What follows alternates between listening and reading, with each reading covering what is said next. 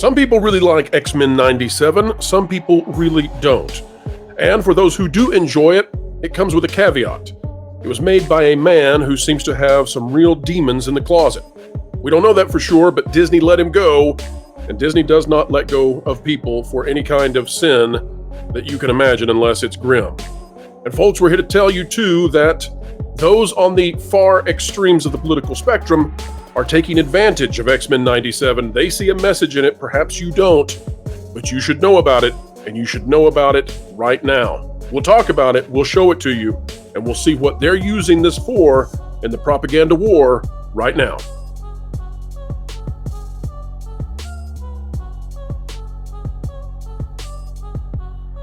Hello, ladies and gentlemen. Welcome back to the Pro Channel. We are so happy to have you where we are ever pleasant and ready to go when it comes to explaining entertainment, keeping you ahead of the culture curve.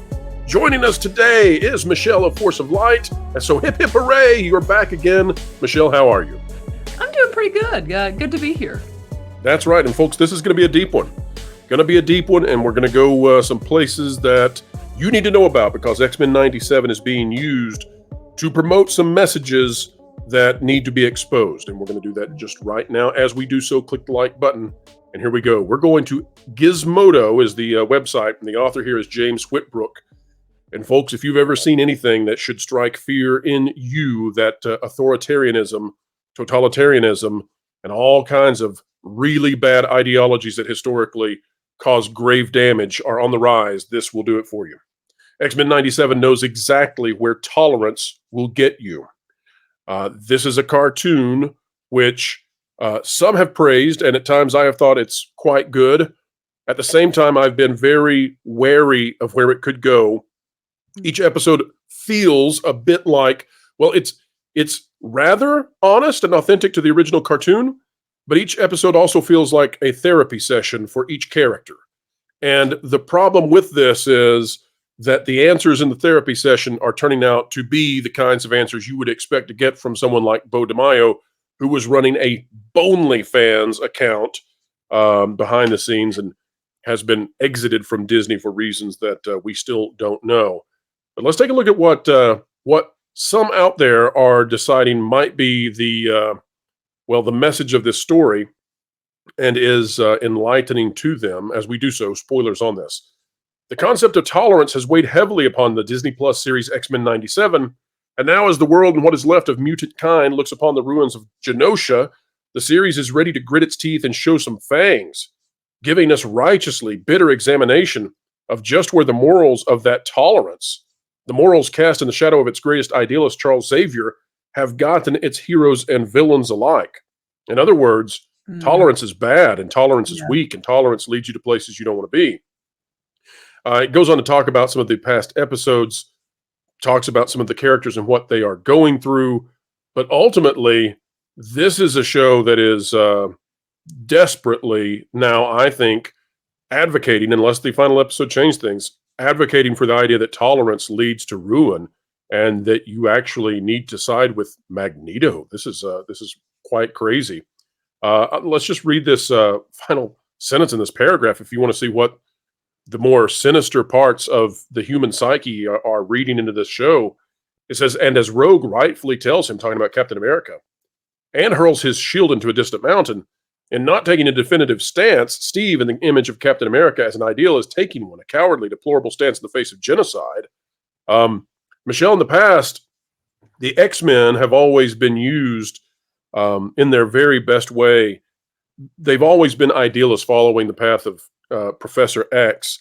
And although the characters sometimes differ, the X-Men have always been of the position that only through embracing the humanity of mutants and humankind alike can you redeem both sides. And that's really the position that fights against this other idea, right? This idea of hierarchy.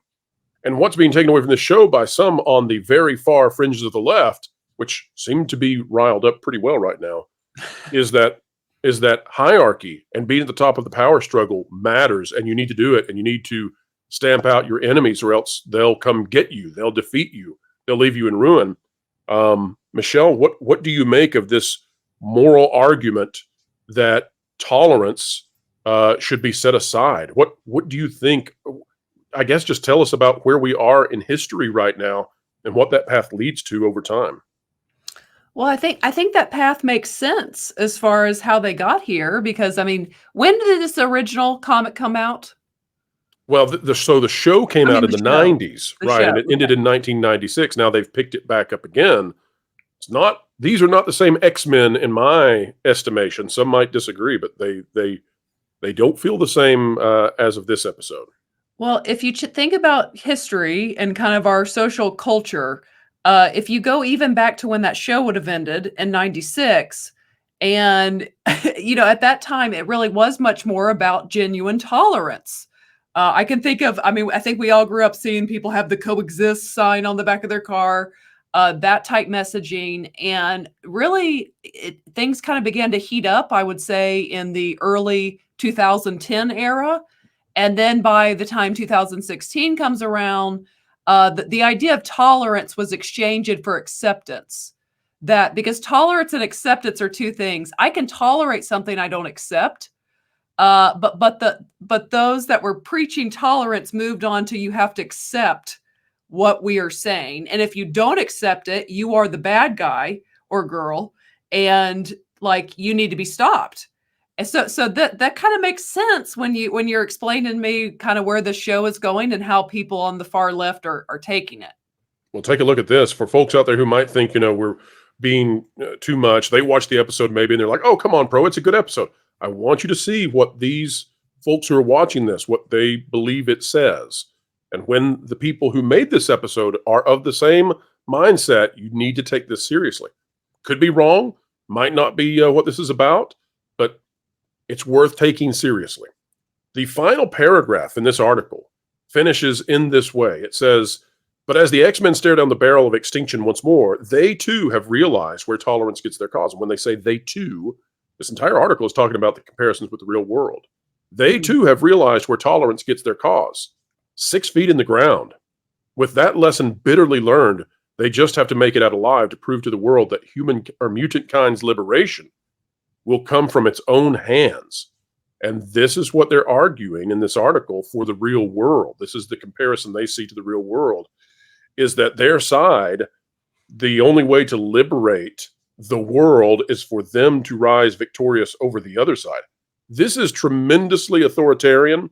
It is tremendously dangerous thinking, and I think it's a window into what's going on right now with the real world and what's going on with the situations we're watching across a spectrum of conflicts. Mm-hmm. Michelle, if let me say this too before I hand it to you. I've watched this show now, episode after episode.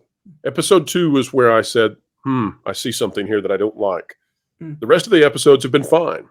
Some folks out there think they're great. I'm not going there. I think they've been fine. They've been good even. It's been too claustrophobic. There's been too much emotion packed into these episodes. A single storyline could have been an entire season, and it just happens in 30 minutes. And so I'm not there to go with it being good, but I am here to say, folks, what you might think is good, you need to pay attention to how it's being interpreted by those who are watching it from the same mindset as the creators, and I think it's dangerous.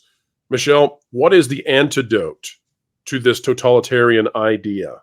What is the antidote? How do we get back to tolerance, which I think in its best form is the recognition of the human dignity within each individual?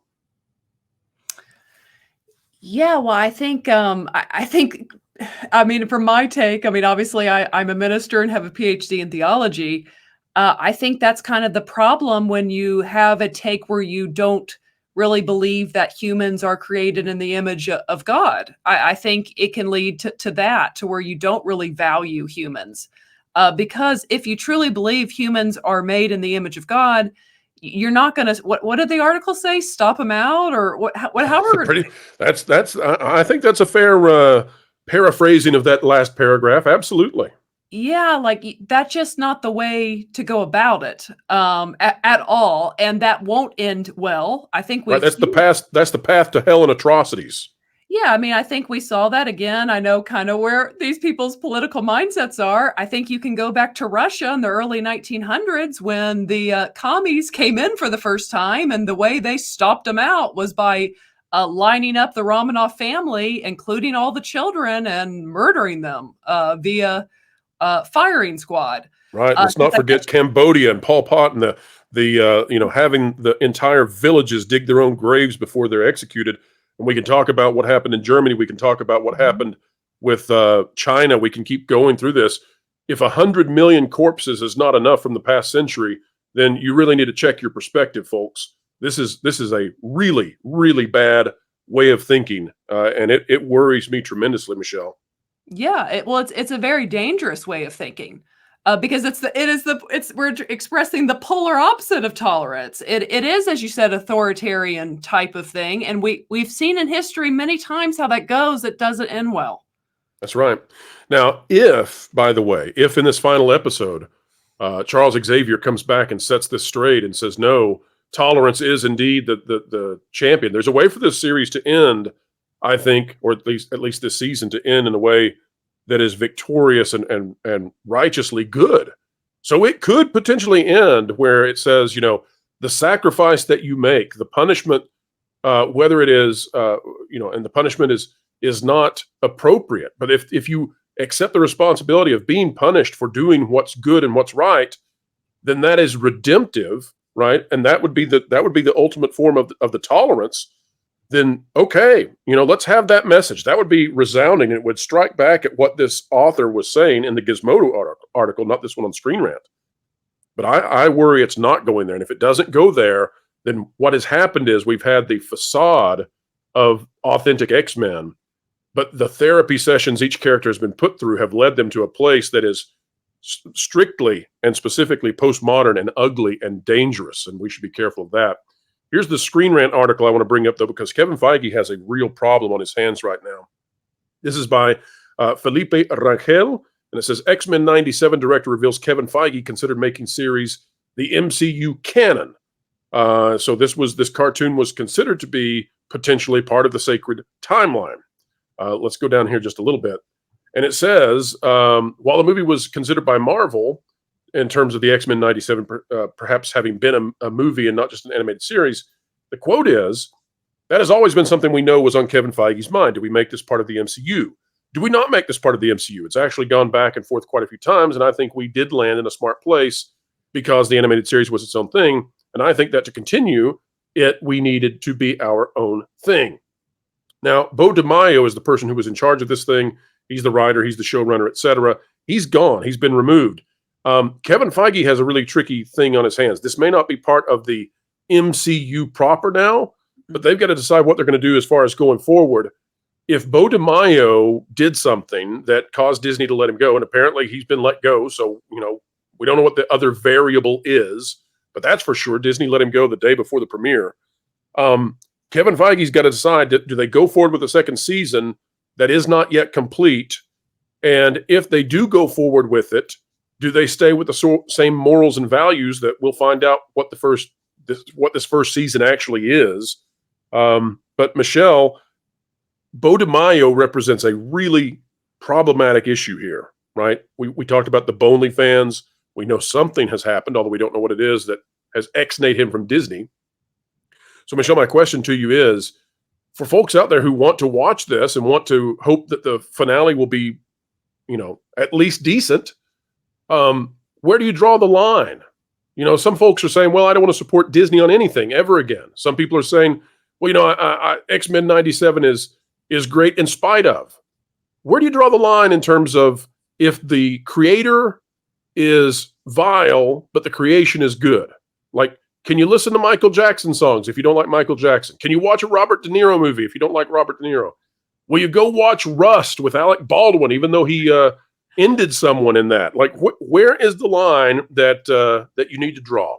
Help us out with it. Yeah, I think for every person, that line's going to be different. I mean, for me to probably truly not be able to go watch someone, they would have to express such contempt for either like my beliefs, or which ultimately is contempt towards the person, It just really is depending, because I will watch actors that I clearly disagree and maybe somewhat have contempt in their heart. I'm probably not going to go watch Alec Baldwin at this point. Yeah, I'm not watching an Alec Baldwin thing. And that's the question though. Like, when do you boycott? When do you say I'm taking a stand? And when do you say, well, the creator is not the creation's not the creator in this situation? I mean, I think murder is a good place to start. That's a pretty darn good place. Although we're not saying that he did so, because he's got a trial going. But as soon as that's over, we'll be happy to take a position when that's done. But Michelle, here's the thing people are trying to weigh. This is a Disney Channel.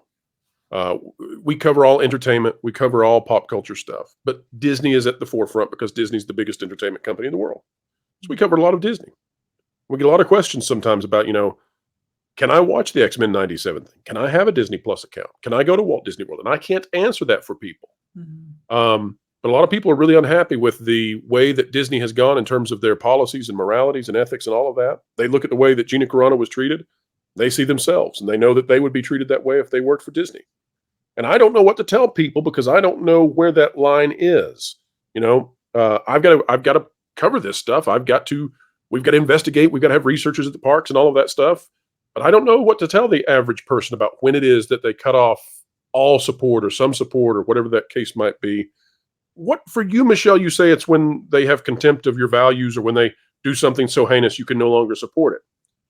Is there a movie or a show in the past that you have went and supported, or you've at least bought the ticket or whatever, even when you had to grit your teeth and go, I really don't care for this person, and their very public views? I would say every time I even turn on my beloved original Star Wars trilogy, I have to do that a little bit now. What a great point. What a great point. After seeing one Luke Skywalker, aka Mark Hamill, after seeing his, he's quite. It's one thing. I always say this. It is one thing. I don't care if actors are entitled to their own political beliefs. They absolutely are. They have free speech as much as anyone else. That never bothers me. It is when there is such contempt for the other side.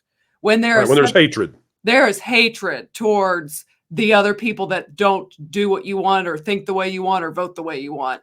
I think it's like a disorder, by the way, Michelle. I think some of these, like the Robert De Niro's and the Mark Hamills, I don't talk about those who hold differing opinions from me in this way. There's something wrong with these people in my estimation. Yes, and for me personally, I would say, as far as the Disney thing, everyone make up your own mind on what you want to do. Really, for me, after the Gina Carano thing, when, again, her views, which actually were coming against what we're talking about. That's right. Authoritarianism and othering people and beginning to hate one another, which they called those views abhorrent. It was after that it was kind of like, it's hard to cut Disney out fully because they own so much, but I began to cut them out as much as I can. And that's kind of where I am with Disney. I'm going to give them as little amount of my money as I possibly can. Yeah, and it's really hard too, because there's so many companies that are involved in this sort of thing, and you really, it would be a very difficult existence to go through and not support any company that's against you and, against Main Street, against Middle America. That's where we are. Also, I would say that it's a very disappointing place to be when we have arrived at a spot in the world where people, simply for being Jewish, have to be in fear of going out and doing their daily lives. It's a real problem. I posted that on X earlier. There were some folks out there who posted some very despicable responses that were beyond inappropriate towards Jewish people. And I got to tell you, if you believe in being mean to any people group, if you believe in being mean, you're no fan of this channel, because we're no fan of that whatsoever. But Michelle, we sure are a fan of you, and I appreciate you coming on to help us tackle deeply, philosophical question here that impacts people on a daily basis with their consumerism. This is tough. This is really tough for people to navigate. So really appreciate it. Michelle, can you tell the folks out there where they can find you as well as your sister on this great big beautiful web? Yes, you can find me and my sister at Force Light Entertainment on YouTube. We're also we just got on Rumble, but we don't have anything yet. We're going to start streaming both places. And then also you can find me on Twitter, Force Light Entertainment there, and Instagram. And we just released today our first time watching reaction of The Big Lebowski. So if you're a fan of that cult classic, go check it out. Fantastic, folks. I hope you're in a hurry to get over there and watch it ASAP. And when you do, make sure to hit that subscribe button over there for Force of Light. You will not be disappointed. Folks, you will also not be disappointed if you remember that each person you interact with, no matter how good, no matter how bad, they are divinely valuable. They have infinite worth. Be kind to them and be kind to yourself as well. That doesn't mean you be kind to every thought and belief and value, but it means that you remember that people really, really do matter, even the super wrong ones. And that will get you a long way in life. All right, folks, something that would get this video a long ways in life. Clicking the like button, share, subscribe, click it, stick it to the algorithms, it's the notification bell, and drop a comment down below. Let us know what you think and what you think of X-Men 97, especially given how it's being interpreted. Perhaps you have a completely different interpretation. Given who this was written by, I wonder, do you think your interpretation is accurate? Or is this a Trojan horse, perhaps? Not sure. I don't know that I'm right. I'm interested in your takes, truly. All right, folks, we've come to the end. Fret not, though. More pro content is on the way. 3 or 4 videos every single day. And the Pro Show is live Thursday at 5 p.m. Eastern Time this week, special edition. We're looking forward to it. All right, folks, wherever you are and whatever you're doing, keep learning, keep growing. And as always, keep having fun. No, hey, Florel. What you doing? Thinking about Rome? No, I wasn't. But thanks. Now I lost the game. Dang it. Now I lost the game. No. Well, now you're a double loser. Hey, guys. You know what would help you in your grief? Forgetting those things and filling your mind with articles from thatpartplace.com and using that website as a launching pad to get you lost in thought with all of the team from there. Yeah, that's actually a good idea. Yeah. Oh, well, Flora, would you look down here? I hate you.